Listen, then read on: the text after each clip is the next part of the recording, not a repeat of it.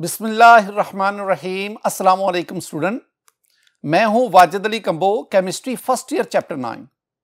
Student, collective properties के सिलसिले में आज ये हमारा लेक्चर जो है, इसमें हम डिप्रेशन ऑफ फ्रीजिंग पॉइंट, जिसे हम डेल्टा टी एफ से रिप्रेजेंट करते हैं, उसको स्टडी करेंगे। इस लेक्चर में मैं आपको डेल्टा टी एफ की ग्राफिकल एक्सप्लेनेशन, उसकी मदद से हम मोलर मास को कैसे डिटरमिन करते हैं, और फिर measurement of delta T F by Beckmann method, इसको डिस्कस करेंगे। लेक्चर के एंड पे मैं आपको एप्लीकेशन ऑफ कलेक्टिव प्रॉपर्टीज ये आपके साथ डिस्कस करूंगा। तो ये हम आगाज करते हैं depression of freezing point. My dear student, depression of freezing point is one of the collective property. इसको स्टडी करने से पहले ना मैं आपको फ्रीजिंग पॉइंट समझाना चाहता हूं कि फ्रीजिंग पॉइंट से क्या मुराद है। तो आइए देखें। माय डियर स्टूडेंट, मेरे पास ये बीकर है।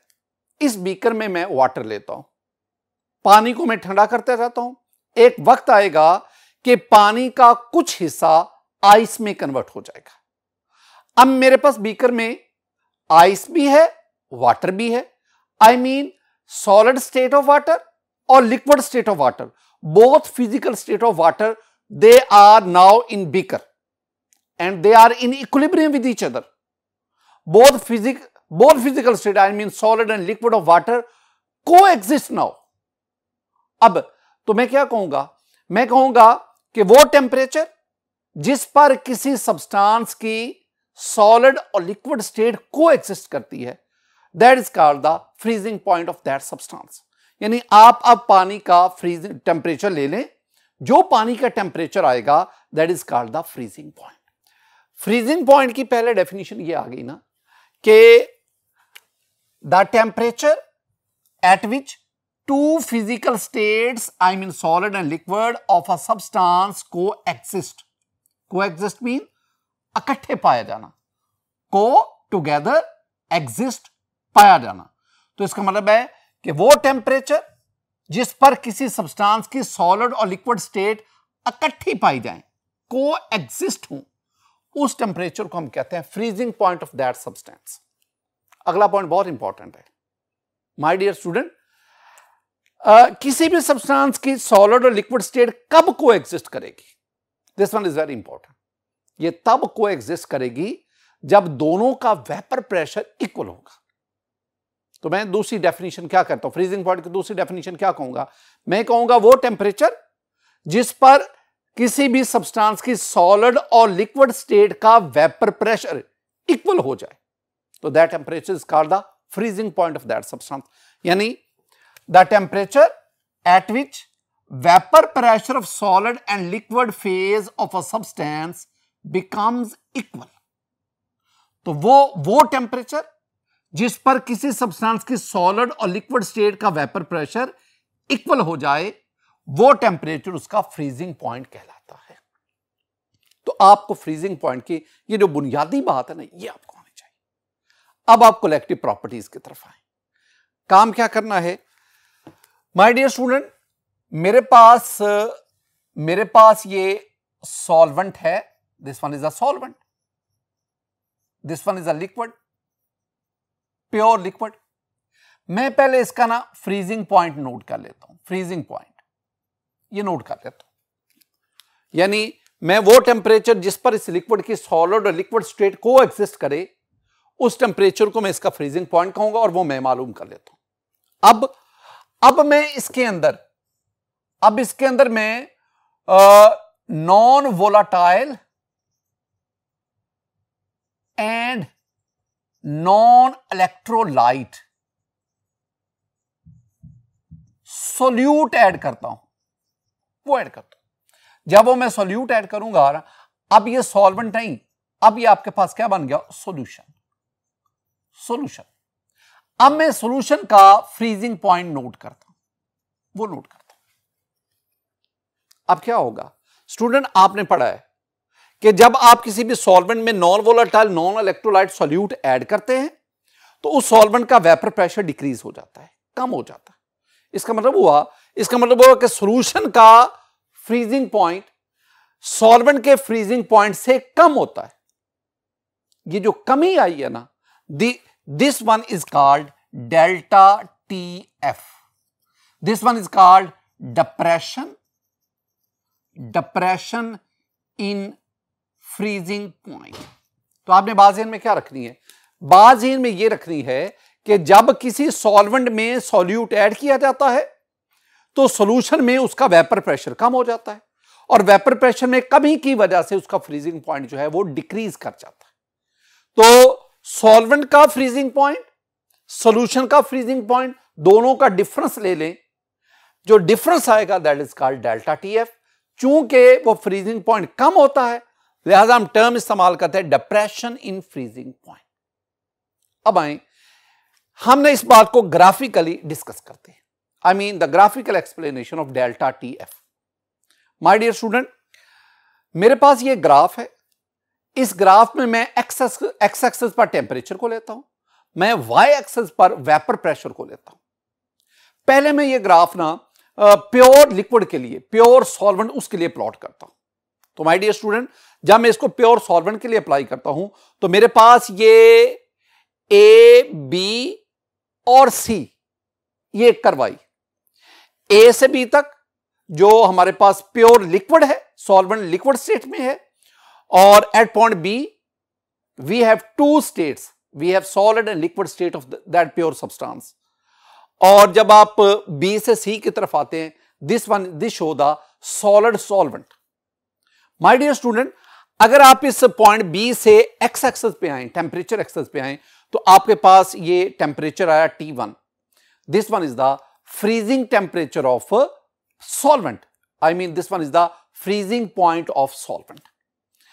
इस कर्व में जो ए, बी और फिर बी, सी है, एक बात बहुत इंपॉर्टेंट है माय डियर स्टूडेंट, इस कर्व का ये जो बी सी पार्ट है, इसमें the slope, the steepness of slope is greater.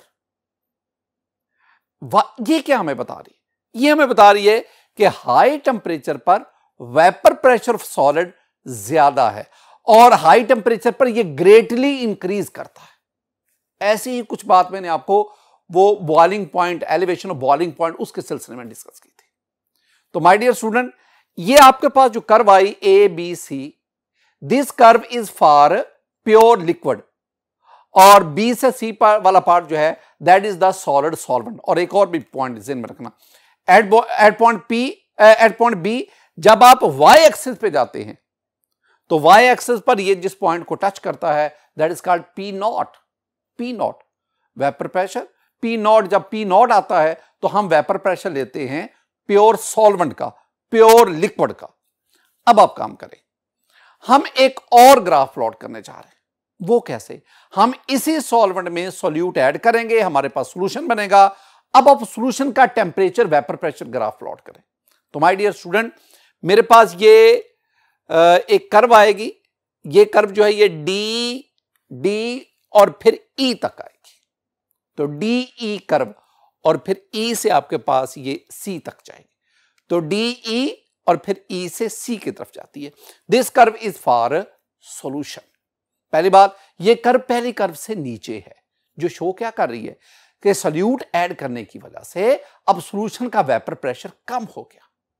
अब इसमें भी ये जो पॉइंट ई आया, point E is the point eight which the solid and liquid state of solution coexist. तो आप इस पॉइंट ई से टेम्परेचर एक्सिस पे आए। तो जब आप टेम्परेचर एक्सिस पे आएंगे, this one is T2 and T2 is the freezing point of solution.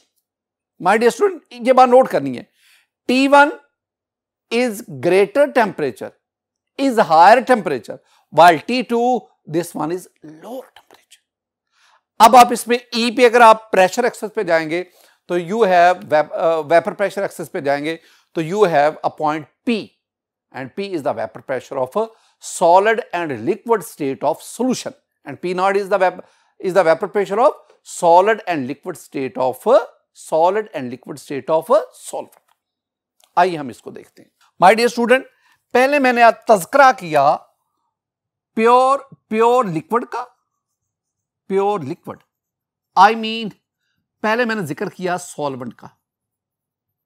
Solvent में मेरे पास जो कर्व आई थी वो कर्व थी ए बी सी, और इस कर्व में मेरे पास जो पॉइंट बी था उस पॉइंट पी पे मेरे पास एक्स एक्सिस पे टेम्परेचर आया T1, तो T1 is the freezing point of pure solvent liquid.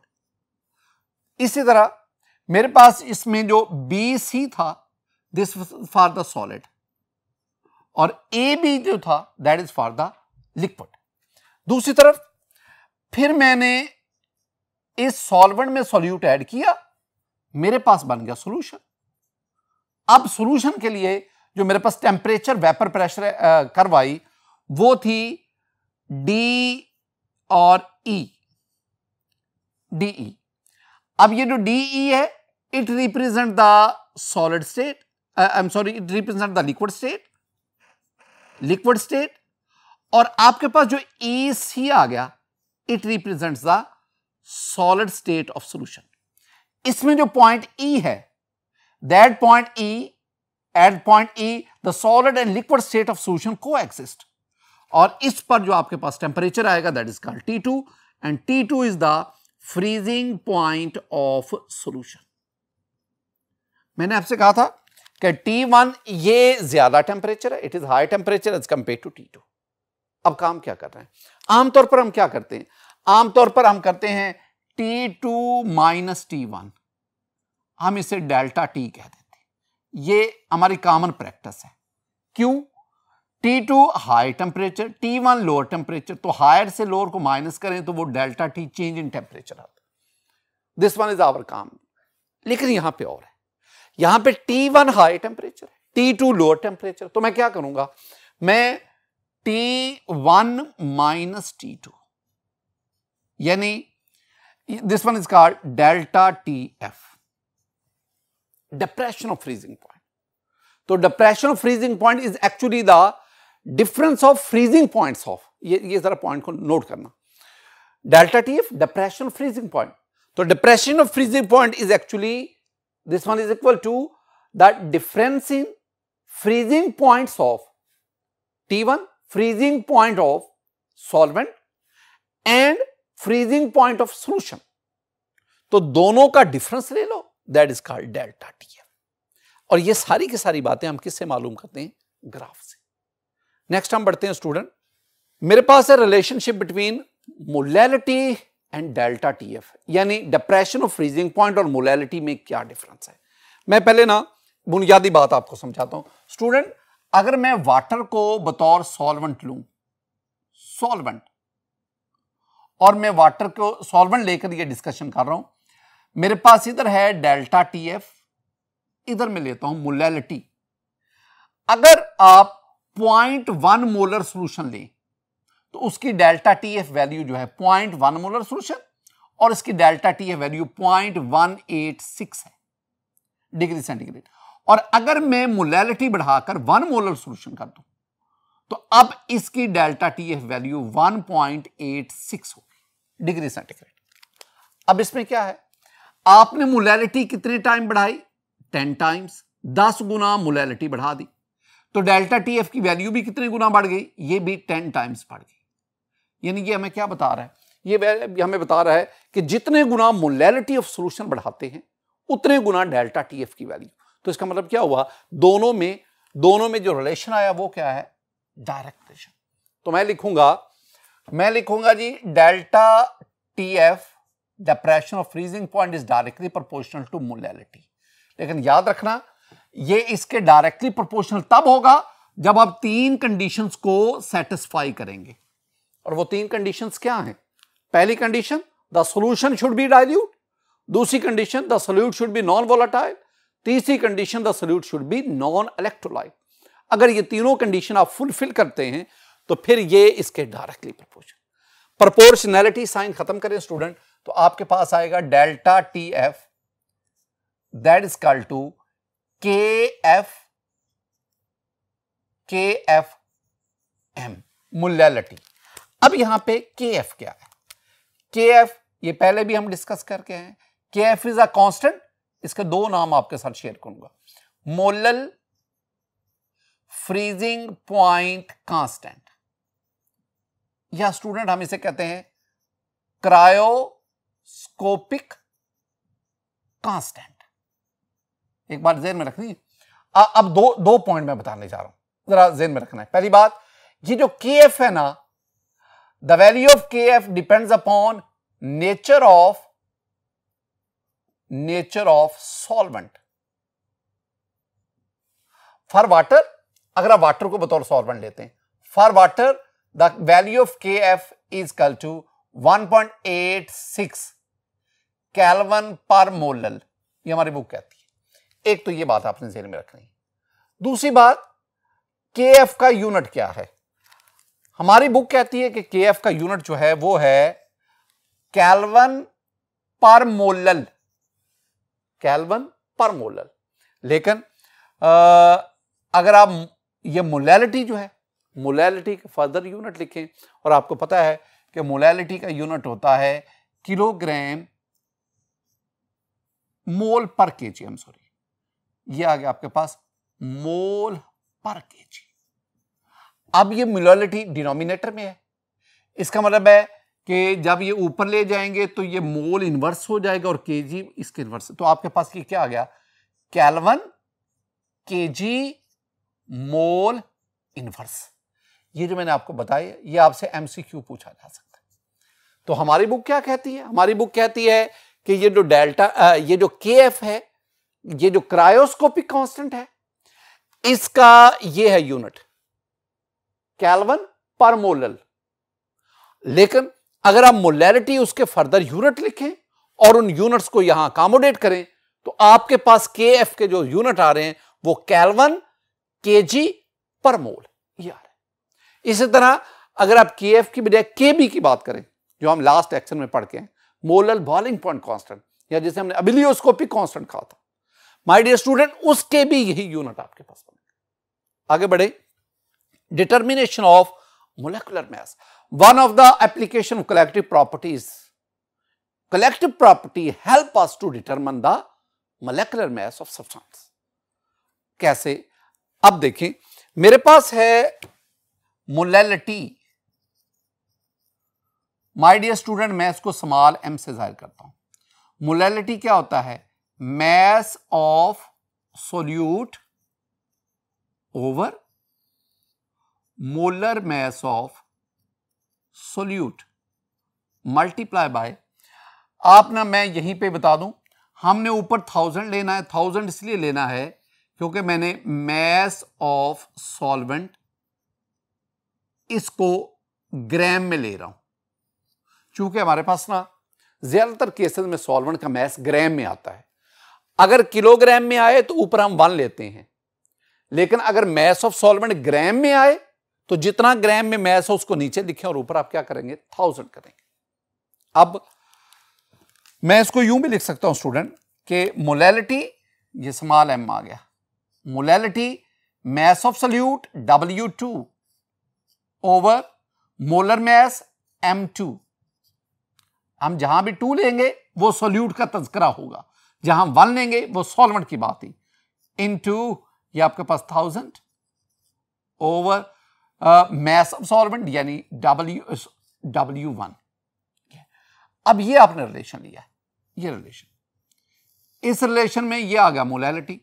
तो इसका मतलब है मोलैलिटी का ये सारा फैक्टर यहां पुट करो तो आपके पास आ गया स्टूडेंट डेल्टा TF, ये वाली साइड, that is equal to KF cryoscopic constant, और मोलैलिटी की जगह पे ये सारा ये आ गया जी W2 over M2 into 1000 over W1। हम क्या जानना चाहते हैं? हम मोलेकुलर मास जानना चाहते हैं, molecular mass of solute M2। अगर M2 को जानना है तो इसको इधर ले आओ, ये डेल्टा TF इधर नीचे चला जाएगा। तो आपके पास क्या बना? फाइनल आपके पास बना जी M2 that is equal to KF over delta TF।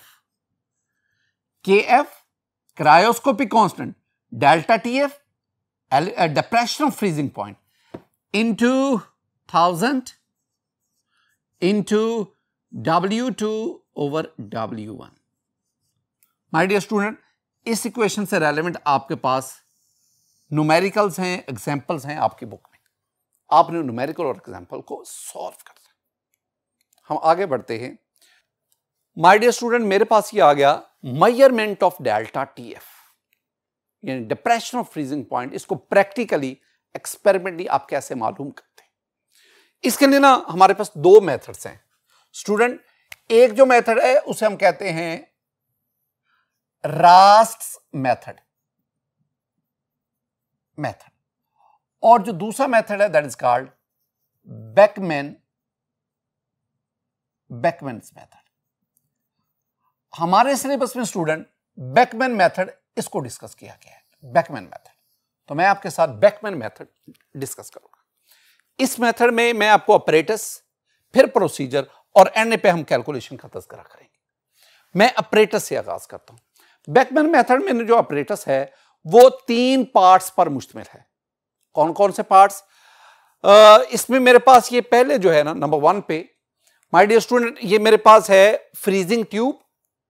This freezing tube has a side arm, it is fitted with Beckmann thermometer and stirrer. ये बातें आपने नोट करी है। The second one is, this one is N outer large tube, और इस outer large tube के अंदर हम ना वो फ्रीजिंग ट्यूब इसको फिक्स करेंगे। अब ये फ्रीजिंग ट्यूब और आउटर लार्ज ट्यूब, इन दोनों के दरमियान एयर जैकेट है, और वो जो एयर जैकेट है वो एक यूनिफॉर्म और स्टीडी रेट ऑफ कूलिंग वो प्रोवाइड करती है। अब तीसरी चीज जो मेरे पास आ गई नंबर 3 पे, वो एक लार्ज जार है which has the freezing mixture, जिसमें हमने फ्रीजिंग मिक्सचर को रखा। तो इसका मतलब हुआ the operators of Beckmann method, it has 3 parts. कौन कौन से देखें?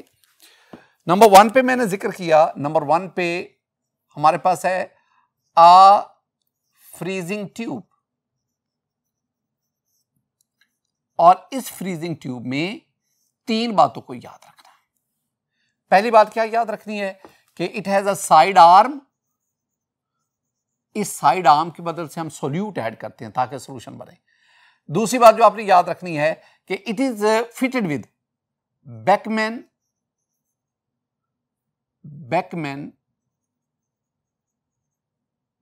थर्मोमीटर।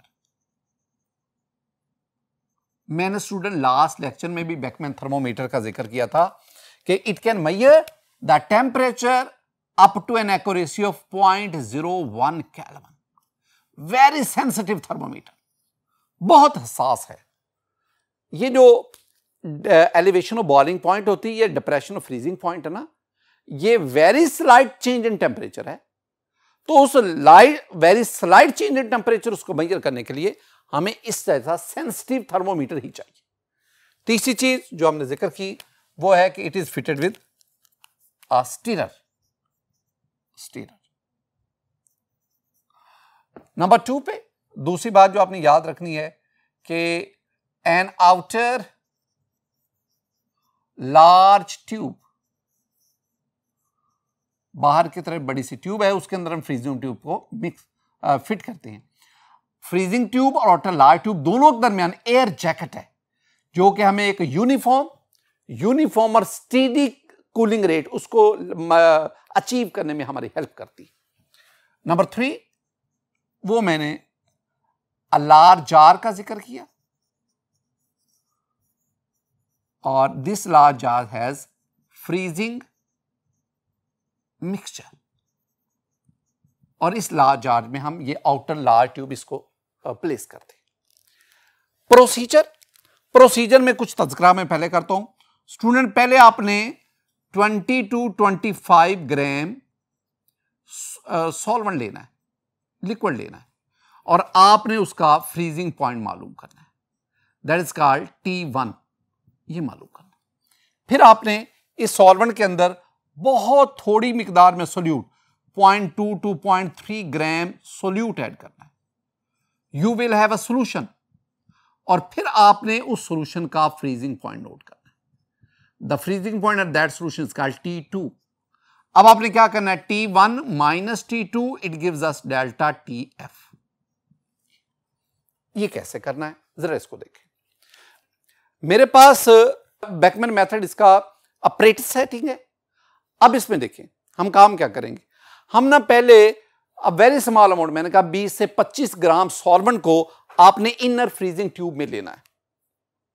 फ्रीजिंग ट्यूब में लेकर आप उसको लार्ज ट्यूब में रखा हुआ है और फिर आपने उसको फ्रीजिंग मिक्सचर में रखा। लेकिन एक काम पहले करें, काम आप ये करें कि आप उस फ्रीजिंग ट्यूब उसको डायरेक्ट फ्रीजिंग मिक्सचर में रखें और आप एक अप्रोक्सीमेट फ्रीजिंग पॉइंट इसको नोट कर लें कि तकरीबन इसके करीब करीब फ्रीजिंग पॉइंट इसका एक्सपेक्टेड है। अब आप उसको दोबारा लार्ज ट्यूब में रखें और फिर उसको ऑपरेटर्स के मुताबिक डील करें। अब आप देखेंगे एक वक्त आएगा कि फ्रीजिंग ट्यूब के अंदर मौजूद जो लिक्विड है उसका कुछ हिस्सा सॉलिड में कन्वर्ट हो जाएगा। उस वक्त बेकमैन थर्मोमीटर के ऊपर जो रीडिंग आएगी that gives us the freezing point of solvent. अब आप काम क्या करें, आप ना इसको बाहर निकाल लें। अब आप इसकी जो साइड आर्म है उधर से 0.2 to 0.3 gram solute, very small amount of solute वो ऐड करें, स्टिरर की मदद से अच्छा इसको हिला दें। अब इसको दोबारा ऑपरेटर्स को अरेंज करें। अब आप दोबारा देखेंगे एक वक्त आएगा जब इस सॉल्यूशन का कुछ हिस्सा सॉलिड में कन्वर्ट हो जाएगा। जब वो सॉलिड में कन्वर्ट हो जाएगा that gives us the freezing point of solution, ये T2 हो जाएगा। फिर आपने T1 minus T2 that gives us the delta TF। ये हमारे पास था how to perform the experiment. My dear student, last में हमारे पास कैलकुलेशन है। कैलकुलेशन में हमें ये फॉर्मूला इक्वेशन आनी चाहिए। ये अभी हम पढ़ के भी आए हैं, M2 that is the molecular mass of solute and KF over delta TF। KF is a constant, it depends upon the nature of solvent, कौन सा सॉल्वेंट लिया है। और इस तरह आपके पास डेल्टा TF, ये आप इस एक्सपेरिमेंट से मालूम करेंगे। W2 that is the weight of solute, W1 that is the weight of solvent.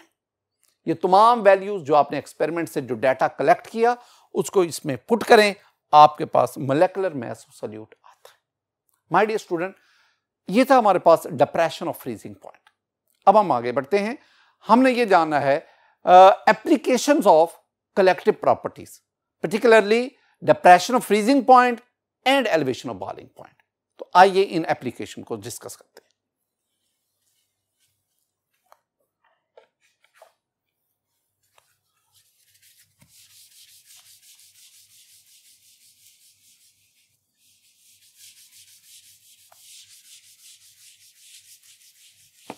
My dear student, we are going to study the application of collective properties, particularly elevation of boiling point, I mean delta TB, and depression freezing point, that is delta TF।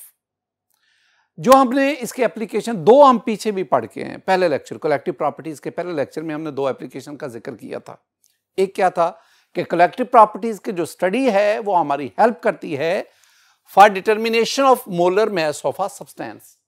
और ये last to lecture, आज के lecture और पिछले lecture में हम molar mass को find out भी किया।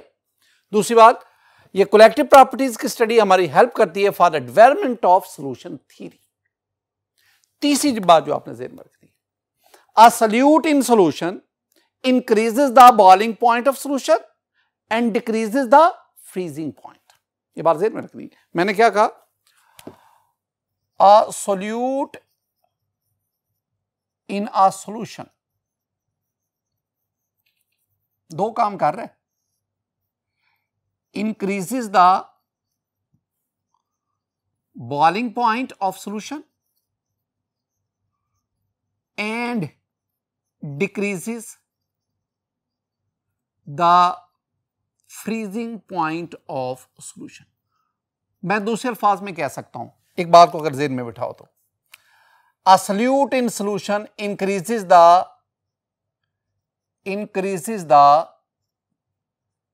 लिक्विड रेंज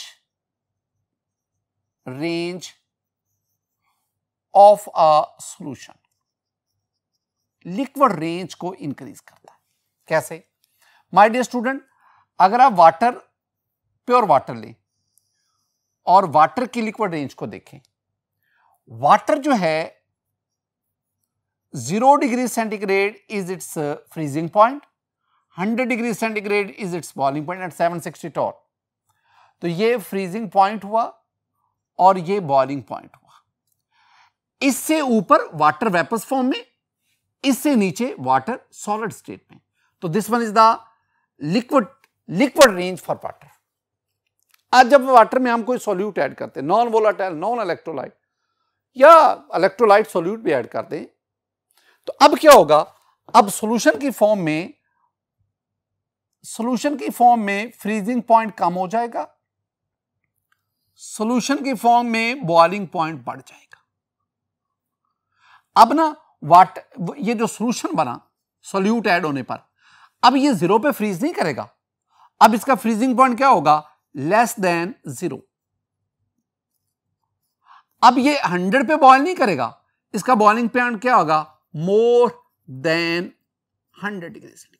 तो हम क्या कहेंगे, हम कहेंगे अब इसकी जो लिक्विड रेंज है, लिक्विड रेंज वो इंक्रीज कर गई, वो बढ़ जाती है। तीसरी बात जो ज़हन में बिठानी स्टूडेंट, फोर्थ वन मेरे पास, मैं एथिलीन ग्लाइकोल का जिक्र करता हूं। एथिलीन ग्लाइकोल सेकेंड ईयर में जाके आप इसको स्टडी करेंगे student. This one is CH2OH and OH. This one is ethylene glycol. Ethylene glycol is non-volatile. It is non-electrolyte. तो एथिलीन, तो अब इसमें क्या करना है, एथिलीन ग्लाइकोल को हम कहते हैं कि this one is an antifreeze. An antifreeze क्या मकसद, क्या मतलब anti freeze, anti against, opposite freeze, यानी जो फ्रीज नहीं होने देता। एक्चुअली जब एथिलीन ग्लाइकोल को आप वाटर में ऐड करते हैं तो ये it delays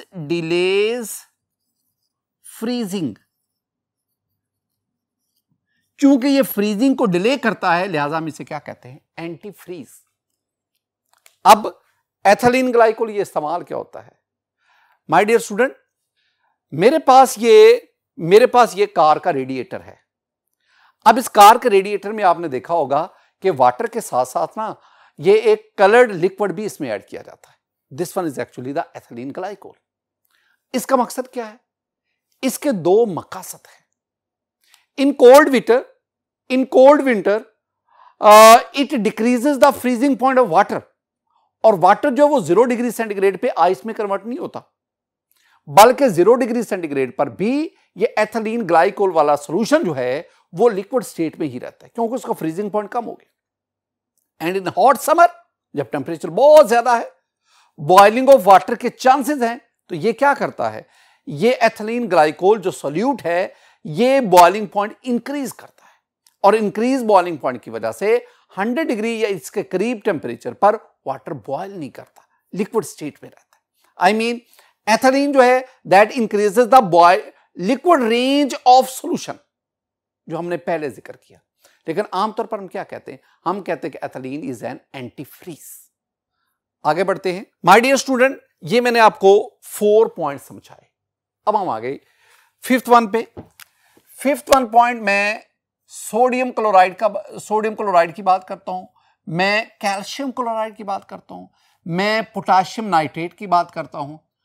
these are salts, ये सॉल्ट्स है। और ये क्या करते हैं, ये सॉल्ट्स जो हैं इनको जब आप वाटर में ऐड करते हैं तो ये भी वाटर का बॉइलिंग पॉइंट बढ़ा देते हैं, फ्रीजिंग पॉइंट कम कर देते हैं। अगर हम मैं सोडियम क्लोराइड की बात करूं, my dear student, sodium chloride को हम ना डी आइसिंग एजेंट कहते हैं। डी आइसिंग एजेंट यानी ये वाटर को आइस में कन्वर्ट नहीं होने देता। जब आप सोडियम क्लोराइड को वाटर में ऐड करते हैं तो ये वाटर का फ्रीजिंग पॉइंट इतना बहुत कम कर देता है। Sodium chloride and calcium chloride are used to remove the snow from roads. तो ये स्नो को रोड से साफ करने के लिए हम इसको इस्तेमाल करते हैं, किसको, सोडियम क्लोराइड को। इसी तरह स्टूडेंट बाज दफा आइसक्रीम वगैरह, आइसक्रीम को फ्रीज करने के लिए भी हम ये सोडियम क्लोराइड, कैल्शियम क्लोराइड या पोटाशियम नाइट्रेट, सोडियम क्लोराइड और पोटाशियम नाइट्रेट का मिक्सचर वाटर में ऐड करते हैं, और ये बहुत ज्यादा कूलिंग प्रोड्यूस करता है, जिसकी वजह से हम आइस वगैरह जो है उसको फ्रीज कर जाते हैं, आइसक्रीम वगैरह को फ्रीज कर जाते हैं। माय डियर स्टूडेंट, ये कुछ पॉइंट्स थे जो हमें एप्लीकेशन ऑफ कलेक्टिव प्रॉपर्टीज उसमें मिलते हैं। स्टूडेंट, आज के इस लेक्चर में हमने आखिरी जो है collective property I mean depression freezing point इसको स्टडी किया और साथ ही साथ हमने एप्लीकेशन ऑफ कलेक्टिव प्रॉपर्टीज, इसके साथ ही हमारा ना कलेक्टिव प्रॉपर्टीज का टॉपिक जो है वो वाइंड अप हुआ। मेरी दुआ है कि अल्लाह ताला आप पर अपना फजल फरमाए, अल्लाह ताला आप पर अपना करम फरमाए, अल्लाह ताला आपके इल्म में इजाफा फरमाए, अल्लाह ताला आपको छोटों से शफकत और बड़ों का एहतराम करने की तौफीक अता फरमाए। अस्सलामु अलैकुम व रहमतुल्लाह।